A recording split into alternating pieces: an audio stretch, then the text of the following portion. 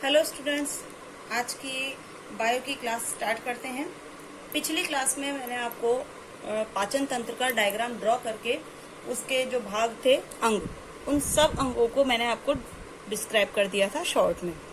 उसमें मैंने आपको मुख आरंभ किया था, जहां से भोजन का पाचन आरंभ होता है। मुख के विभिन्न भाग और उसमें दांत से कैसे हम भोजन को चबाते हैं, दांतों के प्रकार और दंत सूत्र तक हमारा टॉपिक कंप्लीट हुआ था। आज के टॉपिक में मैं पाचन तंत्र में स्टार्ट करूंगी ये दांत की संरचना। ठीक है, मैंने यहाँ पर इसको डायग्राम को ड्रॉ किया हुआ है। आपको पता है 4 प्रकार के दांत हमारे होते हैं। उन 4 प्रकार के दांतों में कौन कौन से थे? कृंतक, रदनक, अग्रचवर्णक और चवर्णक। 4 प्रकार के दांत थे। उन 4 प्रकार के दांतों के आधार पर दंत सूत्र का निर्धारण होता है। दंत सूत्र का निर्धारण कैसे था, अगर आपको ध्यान हो तो मैंने आधे आधे जबड़े का जो दंत सूत्र था उस हिसाब से बताया था आपको। तो सूत्र क्या था? ऊपर के जबड़ों के आधे दांतों की संख्या हम ले लेते हैं और निचले के जो जबड़ा होता है उसके आधे दांतों की संख्या, और उसको 2 से गुणा करके निकाल लेते हैं। जो सूत्र हमारा क्या था? ये था I 2/2। ठीक है, और इसको हम कहते हैं इंसाइजर, ये कैनाइन। ठीक है, ये प्रीमोलर 2 और 2 और मोलर आ जाएगा 3 और 3। ठीक है, ये हमारा दंत सूत्र था। और मैंने आपको एक चीज बताई थी कि जो बच्चे होते हैं उन बच्चों में जो दंत सूत्र होते हैं उसमें ये कि 32 हो गए, ये तो उसमें 20 दांत होते हैं। तो 20 किस हिसाब से होते हैं कि यहाँ पर प्री मोलर नहीं होते हैं बच्चों में, और मोलर की संख्या जो होती है वो भी 2 होती है। अब टॉपिक पे आ जाते हैं दांत की संरचना पर। ये मनुष्य के अंदर जो दांत पाए जाते हैं उस दांत की एक संरचना यहाँ पर दिख रही है। इसके 3 भाग होते हैं। 3 भाग, ये वाला जो भाग आपको दिखाई दे रहा है इसको हम कहते हैं इसका शिखर भाग, यानी टॉप का भाग। ये इसकी ग्रीवा होती है। ठीक है,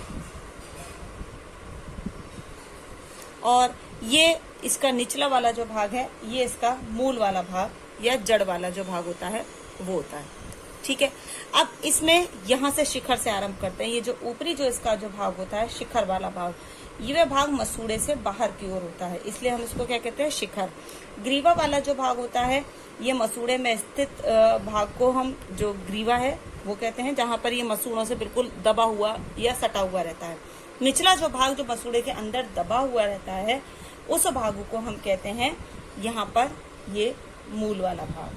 ठीक है, ये 3 भाग इसमें दिखाई दे रहा है आपको डायग्राम में। अब डिटेल देख लेते हैं। दांत का जो सबसे ऊपरी वाला जो भाग होता है जो चमकदार होता है और श्वेत रंग का दिखाई देता है, ये एक कठोर आवरण से ढका होता है जिसको हम कहते हैं इनेमल। ये कैल्शियम फॉस्फेट का बना हुआ एक आवरण होता है और एक कवच की भांति काम करता है। ये शरीर का सबसे कठोर भाग है। ठीक है, और बाकी के जो दांत होते हैं इन पर सीमेंट जैसा एक कठोर पदार्थ का आवरण है, और जिस आवरण को हम यहाँ पर कहते हैं डेंटिन। ये इनेमल के नीचे ये डेंटिन आपको दिखाई दे रहा है, ये वाला भाग। ठीक है, जो लिखा है यहाँ पर दांत के इन आवरणों में नीचे जो डेंटिन है, ये डेंटिन वाला जो भाग है ये बहुत कोमल होता है, जबकि इनेमल जो होता है वो कठोर होता है, और इसी वजह से ये इनेमल इसको एक सुरक्षात्मक आवरण भी प्रदान करता है। डेंटिन स्तर में कई महीन छोटी छोटी नलिकाएं, ये संरचनाएं इसके अंतर्गत पाई जाती हैं, और डेंटिन स्तर एक पतली दंत गुहा के घेरे में रहता है, जिस गुहा को हम कहते हैं पल्प गुहा। ये दिख रहा है यहाँ पर, ये पल्प गुहा। ठीक है, पल्प गुहा एक संयोजी ऊतक से बनी हुई निर्मित तरल पदार्थ इसके अंतर्गत होता है, जिसे हम पल्प भी कहते हैं। ठीक है, पल्प में रक्त कोशिकाएं भी पाई जाती हैं, तंत्रिका तंतु भी होते हैं, यानी इनका सघन जाल होता है दोनों का, और इन दोनों से मिलकर के बना होता है। यहाँ पर जो पल्प है वो कैविटी छिद्र द्वारा शेष शरीर से संबंधित रहता है, यानी ये जुड़ा हुआ रहता है। ये कैविटी वाला पूरा इसका भाग है। पल्प में जो तंत्रिकाएं हैं वो भी इसी के अंदर उपस्थित होती हैं, रक्तवाहिनी और तंत्रिकाएं दोनों इसके अंदर उपस्थित होती है। इसके चारों ओर डेंटिन से लगा हुआ जो कोशिका का ये भाग है, जो पूरा ये जो डेंटिन है, इसमें जो कोशिकाएं वो शाखान्वित रहती हैं, दंत कोशिकाएं या ओडोडेंटोब्लास्ट भी कहते हैं इनको। ठीक है, यहाँ पर ये कोशिकाएं पल्प से O2 और जो पोषक जो पदार्थ होते हैं शरीर के वो डेंटिन तक पहुंचाने का काम करती हैं। जो मूल आपको यहाँ पर रूट्स दिखाई दे रही हैं, इनके वृद्धि करने से दांतों में भी वृद्धि होती है और अधिकांश दांतों में पूर्ण विकसित होने के बाद इनकी जो वृद्धि होती है वो लगभग रुक जाती है, क्योंकि ओडोडेंटोब्लास्ट कोशिकाएं निष्क्रिय हो जाती हैं और पल्प गुहा का छिद्र जो होता है वो बहुत छोटा होता है। इनकी वृद्धि के कारण वो जो छिद्र होते हैं वो बंद हो जाते हैं। ठीक है, अब दांत की संरचना के बाद वाला जो भाग आता है, वो वाला जो भाग है वो कहलाता है ग्रसनी। हम मुख पाचन तंत्र के भागों को पढ़ रहे थे, अब ग्रसनी वाला भाग। जब भोजन मुंह से ग्रसनी में पहुंचता है, दांतों से भाई चबाने के बाद, मुख गुहा के बाद ग्रसनी में पहुंचता है। ग्रसनी, मैंने आपको पाचन तंत्र का जब चित्र बताया था तो संरचना थी इस तरीके की। ठीक है, नलिका रूपी संरचना थी ग्रसनी। यहाँ पर जो ग्रसनी है ये मुख गुहा में पीछे की ओर एक कीपनुमा संरचना के रूप में होती है। और ये जो भाग है ग्रसनी वाला भाग, इसमें 4 छिद्र पाए जाते हैं। 4 छिद्र कौन से हैं? एक ग्रसिका द्वार, दूसरा है इसके अंदर घाटी द्वार, तीसरा है यूस्ट्रेडी नलियां, और चौथा जो भाग है वो है अंतःनासा छिद्र। अंतःनासा छिद्र, ये 4 भाग इसके ग्रसनी के होते हैं। अब ग्रसिका जो द्वार वाला भाग है ये भोजन मार्ग का छिद्र होता है जो ग्रसिका में खुलता है और ग्रसनी और ग्रसिका के बीच में पाया जाता है। घाटी द्वार, आपने कभी गले पर देखा होगा कि बीच में एक गोल जैसी संरचना होती है। टच करके देखो, जब हम कोई चीज खाते हैं, निगलते हैं, तो वो वहां से हमें पूरी फील होती है, दिखती है वो मूवमेंट करती हुई। घाटी द्वार, घाटी द्वार कंठ में जाकर के खुलता है और ये कोपास्थि द्वारा निर्मित एक ढक्कन नुमा संरचना होती है जो भोजन को वापस ऊपर आने से रोकता है।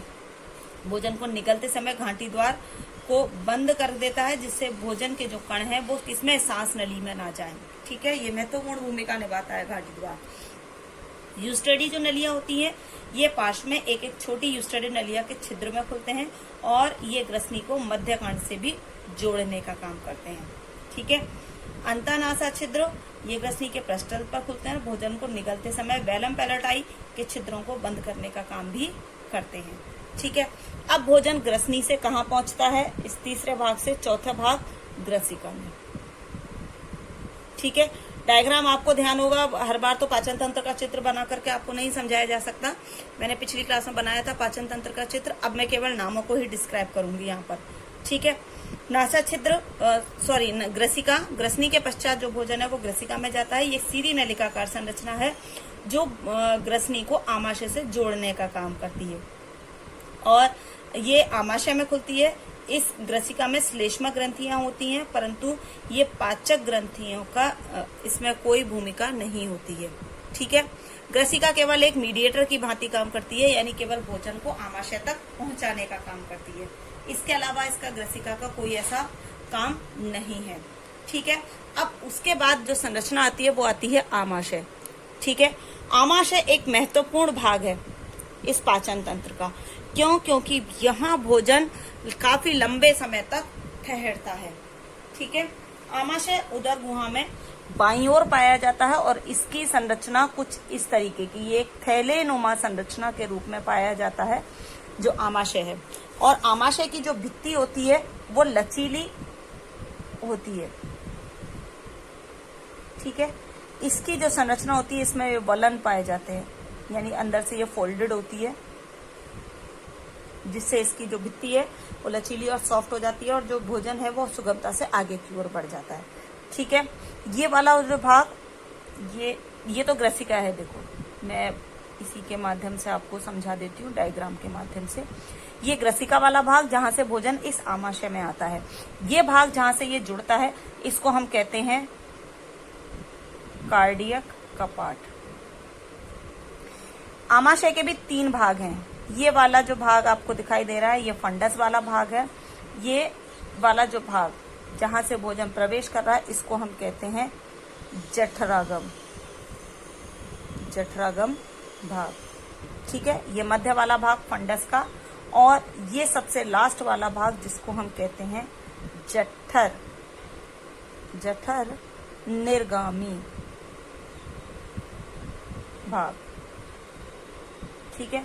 और उसके बाद ये ग्रहणी वाला भाग आ जाता है।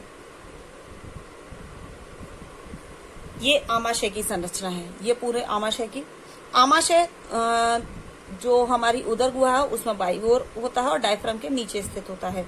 ये जे आकार की आकृति की एक थैलेनुमा पेशीय संरचना है और इसके 3 भाग होते हैं। जठरागम भाग जहां से भोजन प्रवेश करता है, मध्य वाला भाग फंडस, और सबसे लास्ट वाला भाग जहां से भोजन ग्रहणी में प्रवेश करता है उसको हम जठर निर्गामी भाग कहते हैं। थोड़ा सा डिटेल हम इस पढ़ लेते हैं। जठरागम भाग जो इसका सबसे पहला भाग है, जहां से ग्रसिका के द्वारा जो भोजन है वो इस आमाशय में प्रवेश करता है। आमाशय का अग्रभाग जठर भाग कहलाता है, जो ग्रासनली और आमाशय के बीच एक कपाट इसमें पाया जाता है, जिसको हम कार्डिक कपाट भी कहते हैं। इस कपाट के कारण भोजन ग्रासनली से आमाशय में आ सकता है, परंतु आमाशय से ग्रासनली में नहीं जा सकता। अब फंडस वाला भाग जो इसका मध्य वाला भाग होता है, मध्य भाग फंडस भाग है, जो लगभग इसका 80% भाग बनाता है। ये वास्तव में पाचन क्रिया जो होती है वो इसी भाग में होती है, क्योंकि पाचक रसों का जो स्राव है वो इसी में होता है। इसकी आंतरिक स्तर जो है वो भित्तियां जो होती हैं उन पर विशेष प्रकार की जठर ग्रंथियां पाई जाती हैं, जिनसे पाचक रस स्रावित होते हैं और उनसे जठर रस भी स्रावित होता है, जिसमें HCl होता है, ठीक है, जो भोजन के माध्यम को अम्लीय बनाता है और भोजन के साथ आए हुए सूक्ष्म जीवों को नष्ट करने का काम भी करता है। वो अभी मैं आगे और डिटेल इसको बताऊंगी आपको। ये जठर निर्गामी वाला जो भाग है ये आमाशय का सबसे पश्चिम वाला भाग है, जो ग्रहणी में जाकर के खुलता है, ठीक है। और यहाँ पर एक पाइलोरिक कपाट पाया जाता है, जो पाइलोरिक कपाट ग्रहणी से आमाशय में भोजन को वापस नहीं आने देता, ठीक है। जैसे वहां पर कार्डिक कपाट था, यहाँ पर पाइलोरिक कपाट पाया जाता है, ठीक है। आमाशय की जो संरचना है उस संरचना में 4 स्तर पाए जाते हैं। जो लेयर है वो 4 लेयर होती हैं इसमें, यहाँ पर 4 सतह होती हैं। उन सतहों का जो पहली जो सबसे बाहर वाली जो परत होती है उसको हम कहते हैं सिरोसा, ठीक है। दूसरी जो परत होती है वो होती है पेशीय स्तर की, ठीक है। तीसरा जो इसका जो भाग होता है वो होता है अधश्लेष्मिका। ये परतें जरूर ध्यान में रखना आमाशय की, क्यों? क्योंकि आपके जो प्रैक्टिकल का जो सिलेबस है उसमें इस आमाशय की जो स्लाइड है, परमानेंट स्लाइड बनी हुई, वो आपके सिलेबस में और स्पॉटिंग में आती है एग्जाम में, ठीक है, बोर्ड के एग्जाम में, इसलिए जरूरी है, ठीक है। चौथी जो इसकी जो भाग है वो है श्लेष्मिका। ये 4 इसकी परतें पाई जाती हैं यहाँ पर, ठीक है। सबसे अंदर वाली जो परत होती है वो होती है श्लेष्मिका। अब पॉइंट के अकॉर्डिंग इनको थोड़ा सा इनको डिस्क्राइब कर देती हूँ मैं आपको। सिरोसा क्योंकि सबसे बाहर वाली परत है तो ये चपटी और उपकलीय कोशिकाओं की पाई जाती है और ये तंतु में योजक ऊतक की बनी हुई होती है, ठीक है, सबसे बाहर वाली लेयर है इसलिए। दूसरा इसका पेशीय स्तर है, ये सिरोसा के नीचे वाली स्तर है और इसमें भी 3 परतें, बारीक बारीक परतें पाई जाती हैं और इनके बीच बीच में वर्तुल पेशियां भी पाई जाती हैं, ठीक है। इन वर्तुल पेशियों में यहाँ पर जो इसकी भीतरी जो चौड़ी भाग है उसमें तिरछी पेशियां, यहाँ पर कुछ तो सीधी हैं और कुछ तिरछी इसके अंतर्गत संरचनाएं पाई जाती हैं। आपकी बुक में इसकी आमाशय की आंतरिक जो संरचना है उसका चित्र भी दे रखा होगा, ठीक है, और उसको देख सकते हो, और नहीं हो तो आपकी जो प्रैक्टिकल बुक है उसमें दे रखा है, ठीक है। अच्छा, इसके बाद अधश्लेष्मिका वाला भाग है, ये चौड़ी पर ढीली ये जो योजक कड़ियां हैं उनमें होते हैं, क्योंकि इसके अंतर्गत रक्त कोशिकाएं पाई जाती हैं, ठीक है। रक्त कोशिकाएं इसके अंतर्गत और साथ ही साथ इसमें जो लसिका वाहिनियां हैं या तंत्रिका तंतु वो भी इसके अंतर्गत पाए जाते हैं। इसलिए ये वाला जो भाग है वो बहुस्तरीय पेशीय ऊतक का बना हुआ होता है, इसमें अरेखित पेशियां भी मौजूद होती हैं। श्लेष्मिका सबसे आंतरिक भाग होता है इसका, ये स्तंभीय उपकला कोशिकाओं का बना होता है और इसकी आंतरिक संरचना में वलय पाए जाते हैं, कुछ इस तरीके की फोल्डेड संरचना होती है, ठीक है। और इसकी आंतरिक संरचना पर इसमें जो फोल्ड है इनमें जठर ग्रंथियां पाई जाती हैं, जिनसे जठर रस स्रावित होता है, ठीक है। और इसकी जठर ग्रंथियों में भी 3 प्रकार की कोशिकाएं होती हैं, श्लेष्मा कोशिकाएं, पेप्टिक कोशिकाएं और ऑक्सेंटिक कोशिकाएं, ठीक है। ये जो कोशिकाएं हैं ये अलग अलग कार्य करती हैं। पेप्टिक जो कोशिकाएं हैं, मैं नाम लिख देती हूँ यहाँ पर, इसमें श्लेष्मा कोशिकाएं,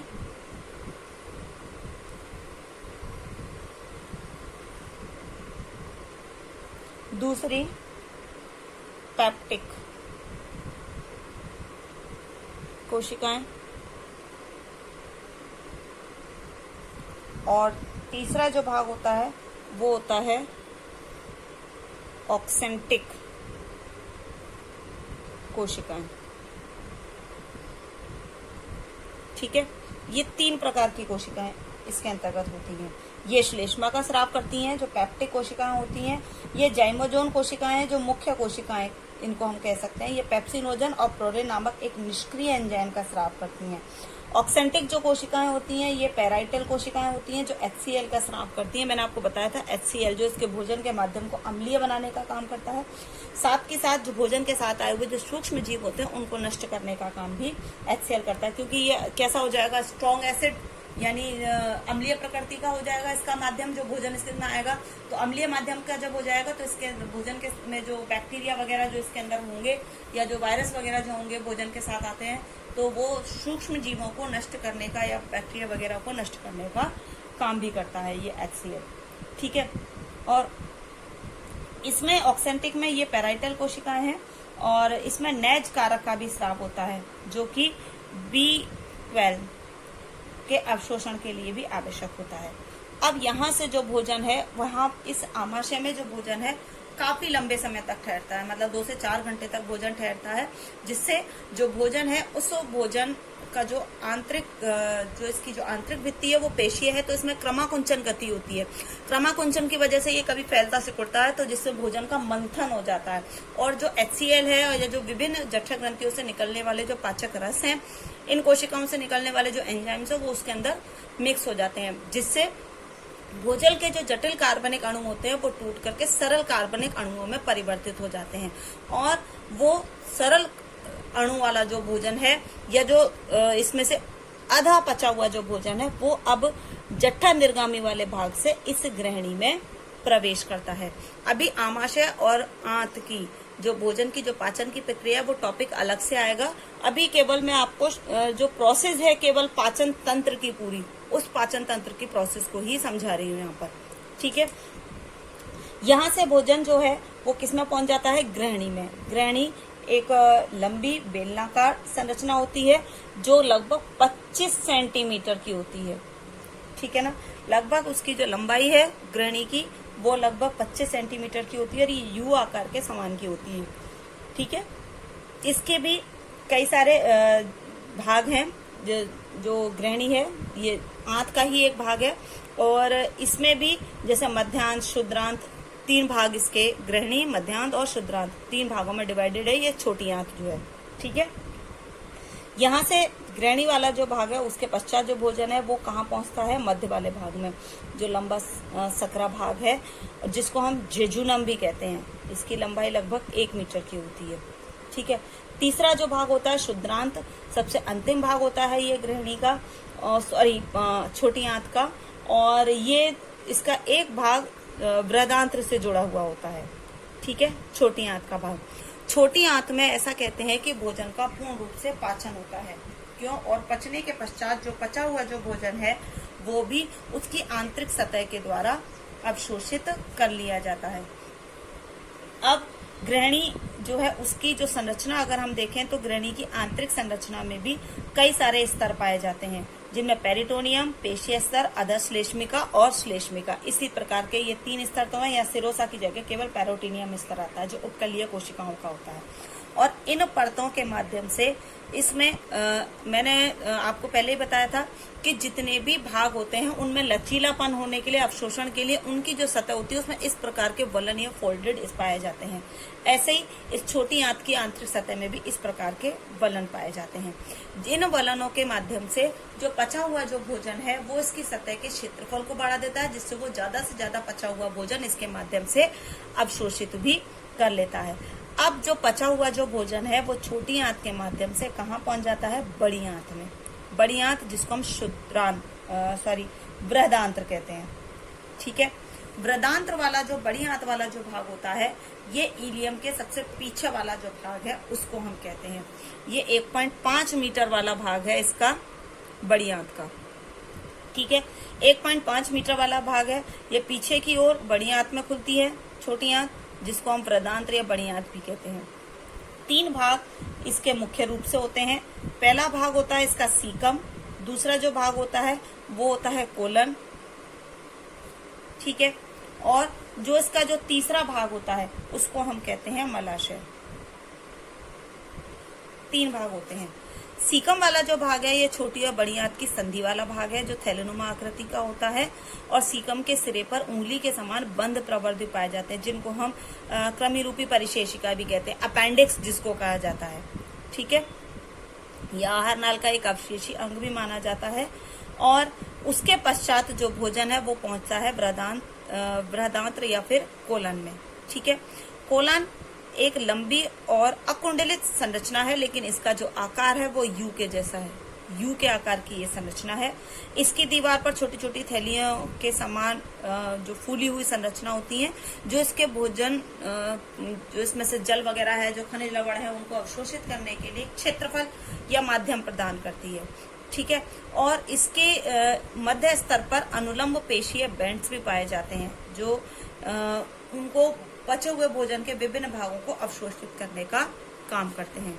कोलन के पश्चात जो तीसरा जो भाग आता है मलाशय का, ये सबसे अंतिम भाग होता है बड़ी आंत का, और यहाँ से मलाशय में जल और लवण अवशोषी कोशिकाएं पाई जाती हैं, जो आवश्यक जल का या अब जो जल की जो मात्रा इसके अंदर छोटी आंत के द्वारा अवशोषित नहीं हो पाती है, वो इस वाले भाग के द्वारा अवशोषित हो जाती है। मलाशय में अपेक्षित भोजन को अस्थायी रूप से संग्रहित कर लिया जाता है, जहां से जो भोजन है वो मल द्वार के द्वारा शरीर से बाहर निकाल दिया जाता है। पाचन तंत्र का सबसे लास्ट वाला जो भाग आता है वो आता है गुदा।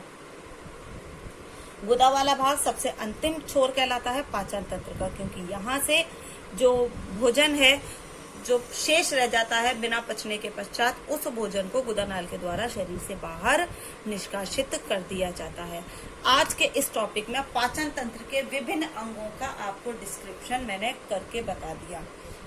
अब जो आपकी जो नेक्स्ट क्लास होगी, उस नेक्स्ट क्लास में मैं बताऊंगी पाचक ग्रंथियां। मैंने बताया था कि पाचन तंत्र पाचन अंगों के साथ साथ पाचक ग्रंथियों से मिलकर बना होता है। 3 पाचक ग्रंथियां आपके सिलेबस में, लाल ग्रंथि, यकृत ग्रंथि और अग्नाशय। ठीक है, इन चारों की डिटेल आपकी नेक्स्ट क्लास में। ठीक है, और उसके साथ साथ आमाशय और छोटी आंत में जो भोजन के पाचन की जो प्रक्रिया होती है वो भी मैं आपको अगली क्लास में बताऊंगी। ठीक है, आज की क्लास इतनी है। ठीक है, ओके, थैंक यू।